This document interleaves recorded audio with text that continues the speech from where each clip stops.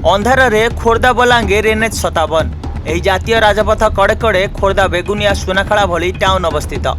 NH कड़ सहर आलोकीकरण लक्ष लक्ष टंका खर्च हो लगी सोलार लाइट, हेले केवल नामक मात्र। लाइट जलिबा कम, रास्तार शोपीस भली बेसी छिड़ा हो रही।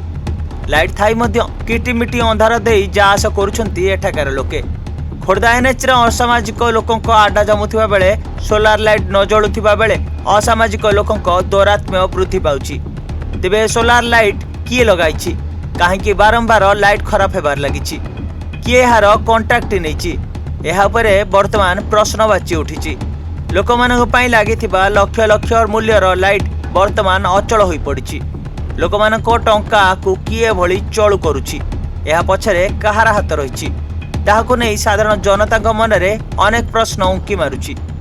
यह सह घटनार तदंत करी यह पछरे कहार स्वार्थ अछि सर्वसम्मुख को आनिबा पई दाबी करा जायछि।